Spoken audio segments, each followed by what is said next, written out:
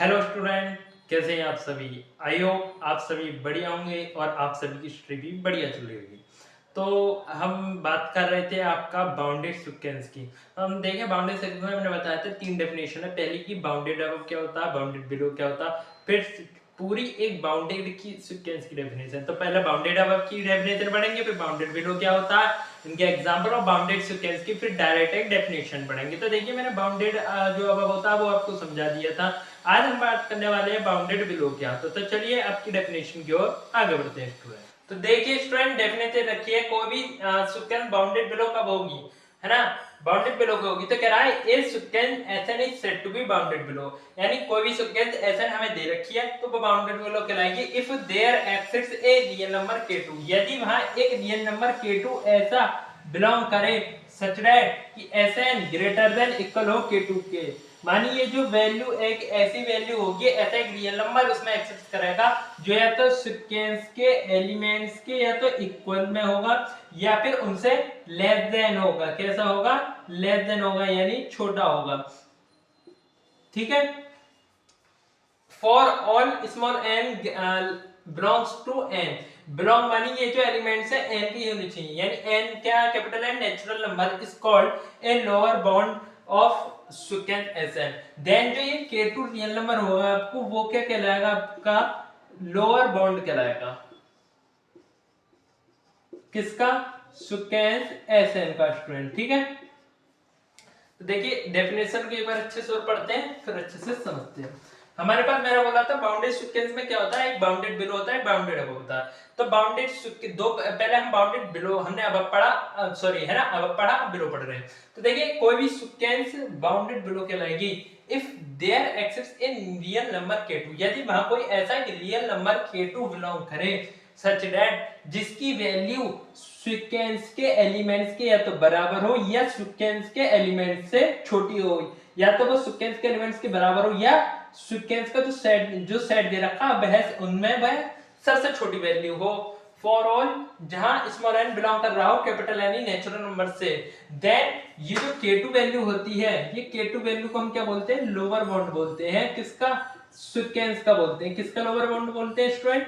Sequence SN का जो हमें गिवन होते हैं। अब देखिए इसके एग्जांपल समझ लेते हैं।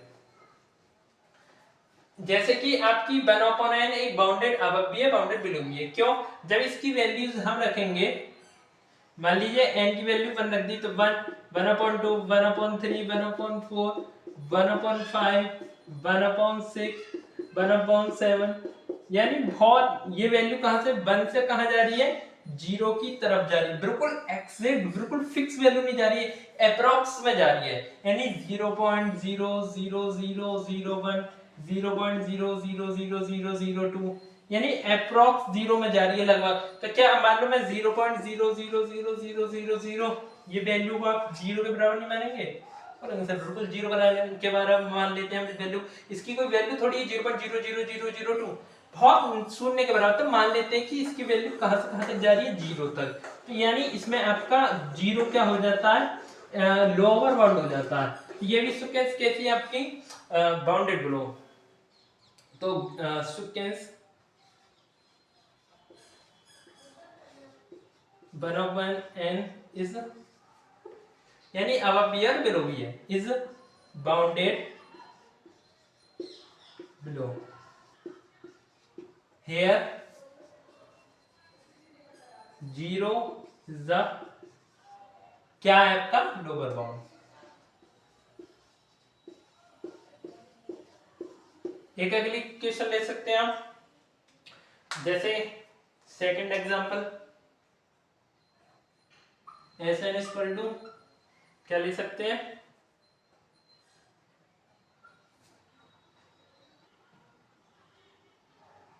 -1 की होल पावर n। क्या? -1 की होल पावर n। अब मान लो जब हम क्या करेंगे इसमें, मैंने बताया था इसमें पिछले में भी, जान हम इसकी पावर 1 रखेंगे तो माइनस का बनाएगा, 2 रखेंगे तो प्लस का, यानी ऑड नंबर रखेंगे इनकी वैल्यू ऑड तो माइनस का बनाएगा, और इवन रखेंगे तो प्लस का। तो इस प्रकार से वैल्यू चलती चली जाएगी। देखिए ठीक है, माइनस प्लस की वैल्यू आगे बढ़ती चली जाएगी। तो मैंने बताया था आपकी यहाँ, मैंने बताया था -1 एक सबसे छोटी संख्या है और एक +1 इससे बड़ी है। कंडीशन क्या थी देखिए, या तो ऐसी वैल्यू होगी k2 रियल नंबर ऐसा एक्सेप्ट करेगा, या तो वो सेट के जो भी सीक्वेंस है उसके एलिमेंट्स के बराबर होगा। तो क्या -1 ये अदर जो -1 है इनके बराबर नहीं है, बराबर है, और सेट्स की वैल्यू से छोटा होगा। तो क्या -1 1 से +1 से छोटा है नहीं है, तो बिल्कुल है, इसका मतलब -1 ये कंडीशन को सेटिस्फाई कर रहा है। तो ये बात तो मैंने आपको पहले भी बताया था बाउंडेड अब वाली में। तो हेयर तो लिख सकते हैं सीक्वेंस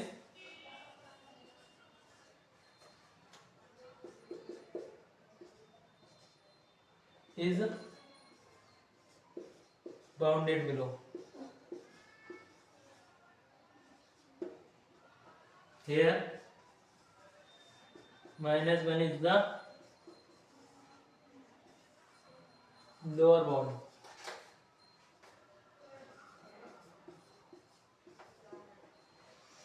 ठीक है, आप इतना नोट कीजिए। ये चलिए और कुछ एग्जांपल से आपको समझाता हूँ। एग्जांपल नंबर 3 ले लेते हैं।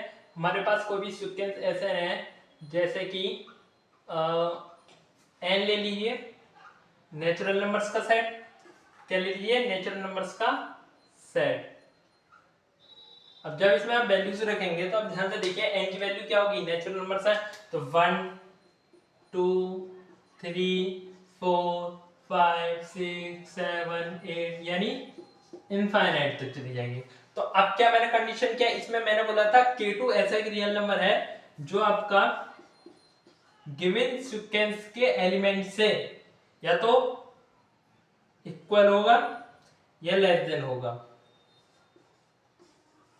तो आप यहां दे रखे हैं इक्वल तो कोई वैल्यू नहीं है, सारी डिफरेंट है, लेकिन आप एक वैल्यू ऐसी देख पा रहे होंगे यहां जो बाकी वैल्यू से बाकी एलिमेंट से छोटी है। तो कौन सी? 1 क्या बाकी से स्मॉल है सभी वैल्यूज से। तो 1 ऐसी वैल्यू है जो इस सीक्वेंस एसएन से यानी नेचुरल नंबर की सेट की सीक्वेंस से सबसे छोटी है। तो ये सीक्वेंस आपकी क्या हो जाएगी? Bounded below sequence. इनमें यही बातें हैं। तो लिखेंगे the sequence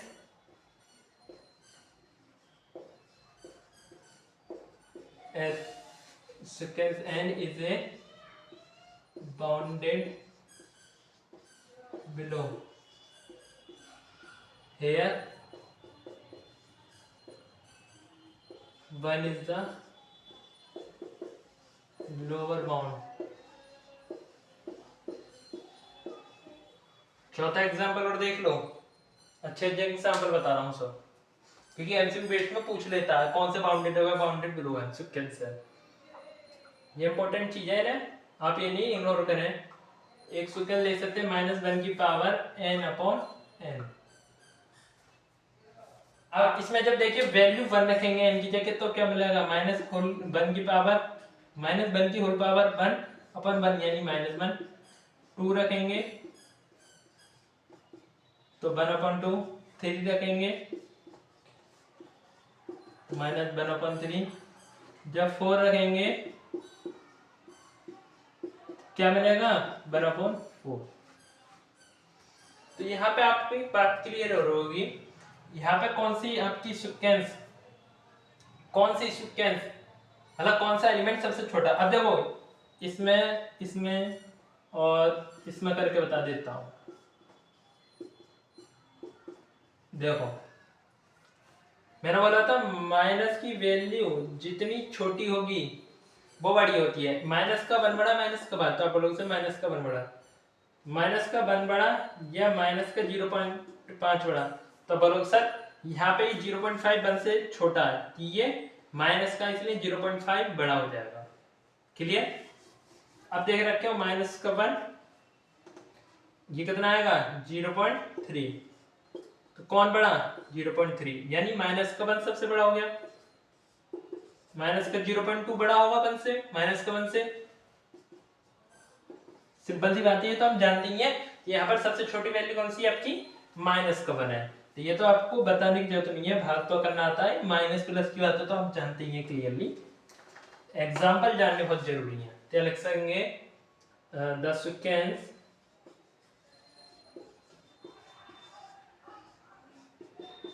माइनस वन की whole power n upon n is a bounded below. Here minus 1 is the lower bound, lower bound। ये आपका ये सेकंड डेफिनेशन बाउंडेड बिलो की समाप्त होती है, नोट कीजिए। देखिए स्टूडेंट, जो आपके बाउंडेड सिक्वेंस है उसमें दो चीजें हैं, बाउंडेड अबव, बाउंडेड बिलो। अगर आप बाउंडेड अबव बाउंडेड बिलो के बारे में नहीं जानेंगे तो आपके ये डेफिनेशन समझ नहीं आएगी। इसलिए हमने पहले डेफिनेशन पढ़ी थी बाउंडेड अबव क्या होता है, फिर पढ़ी बाउंडेड बिलो क्या होता है। अब पढ़ेंगे बाउंडेड सिक्वेंस की कंप्लीट डेफिनेशन। यदि देखिए क्वेश्चन पे पेपर में आता है तो आपको बाउंडेड सिक्वेंस पूछा जाता है तो सीधे ये डेफिनेशन लिखनी है ना, सीधे ये डेफिनेशन लिखनी है। तो इस समझने के लिए वो अलग जरूरी था। डेफिनेशन है bounded sequence, if a sequence Sn, if a sequence यानी a sequence Sn is said to be bounded, यानी एक sequence यानी कोई भी sequence है वो bounded कहलाएगी if यदि the range of set of Sn, यदि कोई भी sequence है यानी Sn sequence है उसके set की range is both, यानी हमारे पास कोई भी sequence है वह bounded कहलाएगा यदि जो sequence है उसके set की range is both bounded above and bounded below।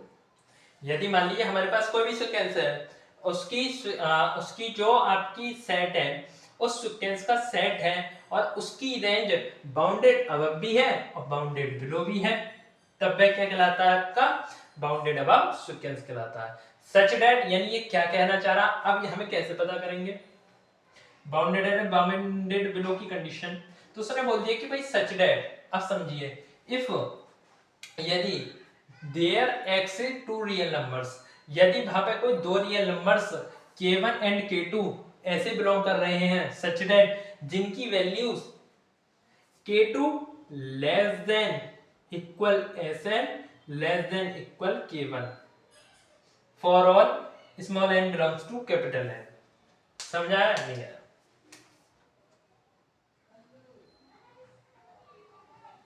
मैं भी समझाता हूं। देखिए एक हमारे पास कोई भी सीक्वेंस है, बाउंडेड सीक्वेंस कहलाएगा यदि उस सीक्वेंस के सेट की जो रेंज है बाउंडेड अबव भी हो बाउंडेड बिलो भी हो।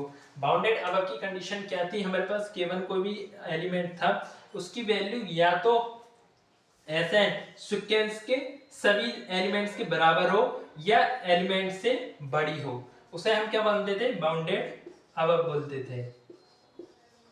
क्या बोलते थे, बाउंडेड अबव बोलते थे। अभी मैंने बाउंडेड बिलो भी पढ़ाया था। बाउंडेड बिलो होता है कि जो भी कोई एलिमेंट है उसकी वैल्यू या तो सीक्वेंस के एलिमेंट्स के बराबर हो या उनसे छोटी हो तो उसे बाउंडेड बिलो बोलते हैं। जब किसी सीक्वेंस में है ना ये दोनों कंडीशन अप्लाई हो रही हो तो उस सीक्वेंस को हम बाउंडेड सीक्वेंस बोलते हैं।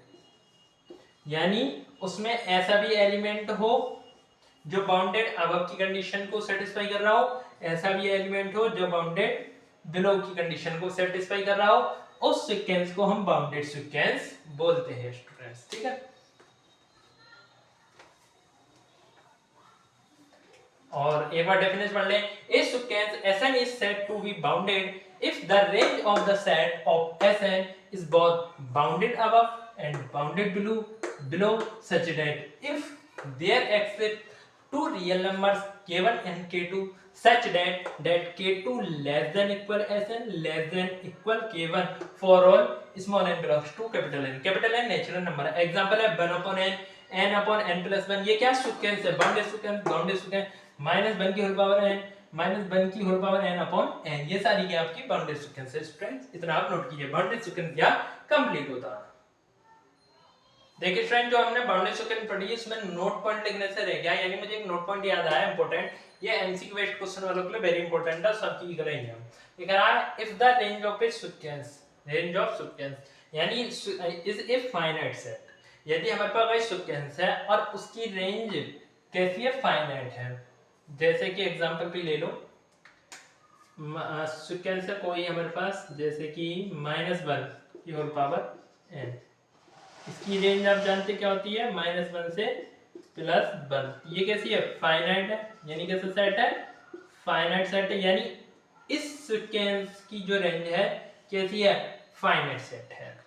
तो if the range of sequence finite set, यानी कोई भी सिक्वेंस है उसकी रेंज फाइनाइट है, तो इस कंडीशन में जो सिक्वेंस है हमारा वह कैसा होगा, बाउंडेड होगा।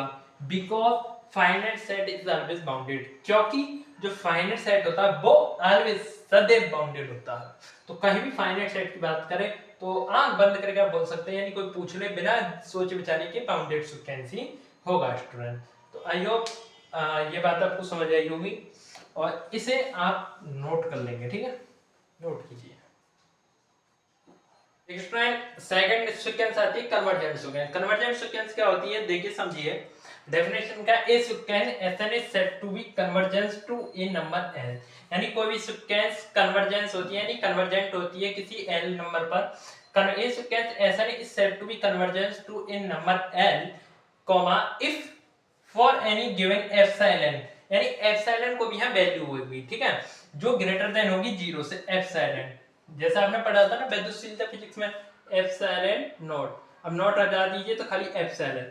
तो इफ फॉर एनी गिवन, यानी किसी भी गिवन वैल्यू एप्सिलॉन के लिए जिसकी वैल्यू 0 से बड़ी है, there except a positive integer, और वहां पे क्या होगा, वहां पे एक पॉजिटिव इंटीजर m बिलोंग कर रहा होगा, सच दैट जब कंडीशन क्या होगी, है ना, मानिए कोई सीक्वेंस है, वो सीक्वेंस कन्वर्जेंस होगा एल पॉइंट नंबर पर, यदि वहां पर कोई भी एक ऐसी वैल्यू है जिसे हमने एप्सिलॉन से नोट कर दिया, यानी डिनोट कर दिया, और उसकी वैल्यू 0 से बड़ी है और कोई पॉजिटिव इंटीजर m है, देन यदि इस कंडीशन की सेटिस्फाई हो रही हो क्या, Sn - L less than m, then उस सीक्वेंस को हम कन्वर्जेंट सीक्वेंस बोलते हैं, जहां स्मॉल n की वैल्यू या तो ग्रेटर देन होगी या इक्वल होगी m, यानी पॉजिटिव इंटीजर के बराबर होगी, तब वह सीक्वेंस क्या कहलाती है, आपकी कन्वर्जेंट सीक्वेंस कहलाती है। स्टूडेंट एक बार अच्छे से दोबारा समझ लेते हैं, कोई भी sequence A sequence Sn is said to be convergent to a number L, कोई भी सीक्वेंस L पॉइंट पर L नंबर पर कन्वर्जेंट होगी। L क्या होगा, यहाँ पर लिमिट पॉइंट होता है, ध्यान रखना।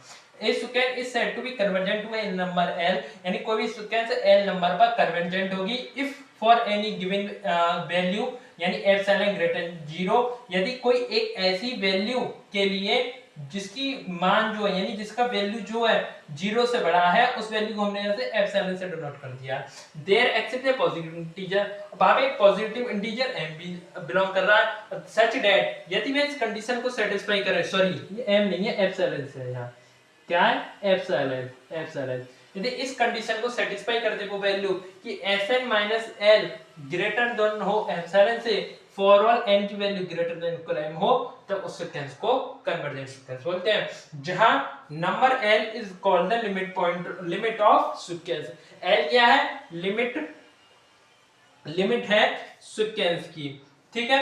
बी राइट, हम क्या बोल सकते हैं कि Sn सीक्वेंस कहां तक जा रही है, L लिमिट तक जा रही है, यानी n इनफाइनाइट टाइम तक, यानी लिमिट लगा दे यदि SNP n से इनफाइनाइट की, तो L वैल्यू प्राप्त होगी हमें, ठीक है। ये समझाने के लिए लिखा हुआ है नीचे ये आपके लिए कि जो L है वो क्या आपका लिमिट है सीक्वेंस Sn की। अभी एक बात और देखिए, जो पॉजिटिव इंटीजर m है उसकी वैल्यू जो डिपेंड करती है वो एप्सिलॉन पर डिपेंड करती है, ठीक है।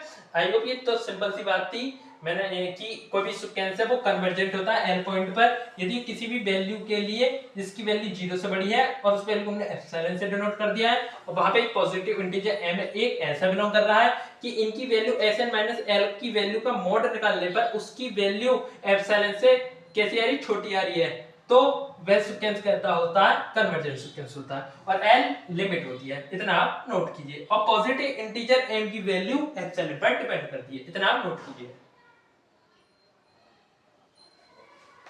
ठीक है student, very important note point, मैं आपको ऐसे नोट पॉइंट लिखाता जाऊंगा जो आपके एमसीक्यू पेपर में वेरी इंपॉर्टेंट होंगे, थ्योरम वगैरह के लिए भी इंपॉर्टेंट है। मान लीजिए ऐसा भी आता है कि बाउंडेड सीक्वेंस किन कंडीशन में कन्वर्जेंट होती है, ये एमसीक्यू में पूछा जाता है। तो a bounded sequence is convergent, यानी कोई भी बाउंड्री स्टूडेंट कन्वर्जेंट होगी कब होगी, इफ एंड ओनली इफ, यदि उसकी लिमिट पॉइंट कैसा है, यूनिक लिमिट पॉइंट है उसका लिमिट पॉइंट कैसा है, यूनिक हो। यानी कोई भी बाउंडेड सीक्वेंस कन्वर्जेंट होती है यदि केवल उसका लिमिट पॉइंट यूनिक होना चाहिए मेरे भाई। यही आपसे पूछता है कि कोई भी बाउंडेड सीक्वेंस है वो कन्वर्जेंट होगी if and only if it has, अब बोल देगा limit point, unique limit point, या कुछ भी और बोल सकता है ना, या बोल देगा एप्सिलॉन की वैल्यू 0 से बड़ी या लेस देन, इस तरीके से। तो आपको ध्यान रखना कोई भी बाउंडेड सीक्वेंस कन्वर्जेंट होगी यदि इफ एंड ओनली इफ उसकी लिमिट पॉइंट कैसे है, यूनिक हो स्टूडेंट। तो आई होप आज का लेक्चर आपको अच्छा लगा होगा और समझ में भी आया होगा। हम लेक्चर में इतना क्लियरली आराम से चल रहे हैं ताकि आपको अच्छे से समझ आए। तो पहली बार आए हैं, चैनल को सब्सक्राइब कर दो, वीडियो को लाइक कर दो और अपने सभी साथियों के साथ शेयर कर दो स्टूडेंट। आज के लिए इतना ही, लेते हैं आपसे अलविदा। जय हिंद।